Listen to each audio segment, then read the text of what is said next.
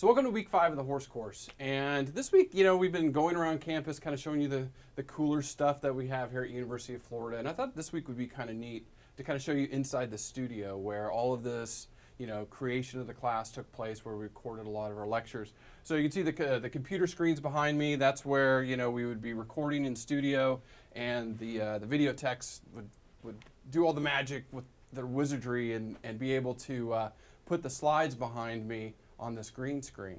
So, in this class, obviously it's taken hundreds of hours of us to put this together. We started recording lectures the first week in January, and we actually finished in the first week of May. So just a few weeks before we launched, we actually finished our last lecture. So it's been a long journey, but obviously, the response has been really great, and it's just, to me, it's well worth it.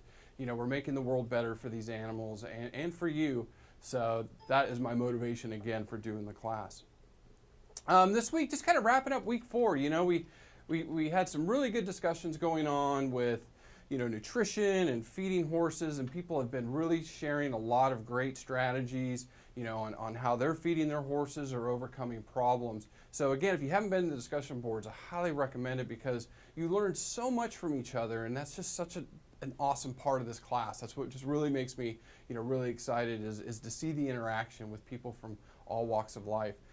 This week, one of the top threads was from Alf from Scotland, and he was asking about the 3% rule that I was kind of discussing in the lectures on feeding horses. And what I was trying to say there is nutritionists are looking at the diets and what we're feeding animals, and they're realizing that if we feed them more forage, more fiber, these animals tend to do better because, again, that's more of their natural diet. So that's where that 3% rule kind of comes in. Never would you take 3% of concentrate. You really want to feed more of the forage or high fiber diets.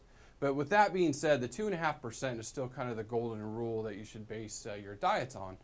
Now, what was interesting about this thread is Evelyn Williamson from New Zealand kind of asked about soy-based diets. So this conversation kind of morphed into the effects of feeding more soy, because soy protein, again, if you remember from the lectures, is where we get a lot of our protein, not only in our human diets, but also in these horse diets. And she was asking, what's that effect on horses? And to be honest, we really don't know. There hasn't been a lot of research. But my lab, and in conjunction with Dr. Lori Warren and actually Angie Atkin, who you watched in the behavioral videos last week, is kind of basing her PhD research on looking at soy-based diets, effects on horses, and effects on white rhinos or rhinoceros, because we're really interested in, not only, is Dr. Warren and Angie interested in the nutritional aspect, but I'm very, very interested, and so are they, in the reproductive aspect, because these animals are having trouble breeding in captivity, and we suspect it might be these high soy diets that we're feeding. So you can jump in on that conversation. It was pretty amazing interaction going on again with the students. Another thread that was brought up was the initials OK, and he's from San Francisco, and he was, Stop Having Fun was the title of the thread, and he was talking a little bit about the peering vows, and that people were taking offense to the assignments if they were if the student was having fun with it. And to me, that was kind of sad, because in this course, if you can't tell, I want this course to be fun, with a virtual horse care assignment, with the games being provided, I'm trying to come with as much energy as I can. You can have fun while learning. And I know some people might be, serious and take offense to that. But if you do, I just, don't mark down the student because it's kind of a fun assignment or they're having fun with it. Just stick to the grading rubric. Look for content, not delivery. Okay, look for the content in there and grade off that. That's all I ask.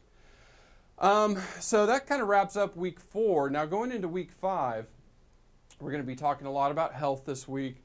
We're going to talk about some first aid, emergency situations, and then really get into the importance of talking about diseases and parasite control.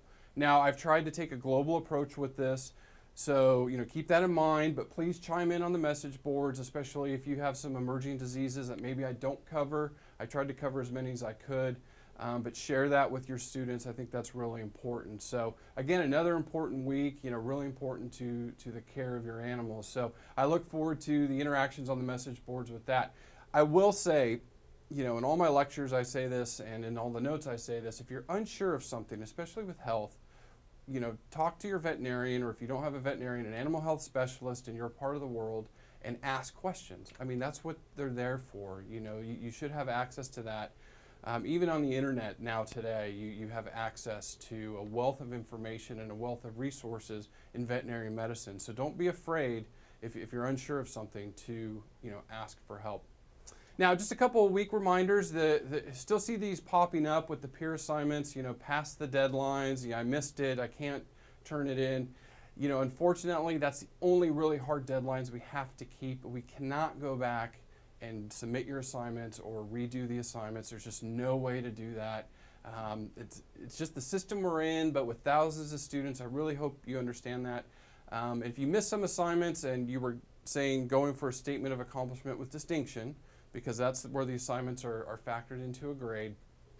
We're going to be offering this course again within 6 months. We should be have a target date set, and you can start from the beginning there. If you're just going for a statement of accomplishment, you just have to do the quizzes, and the quizzes are not due until the final day of the course. So, unfortunately, we can't change that. That's just the way it is.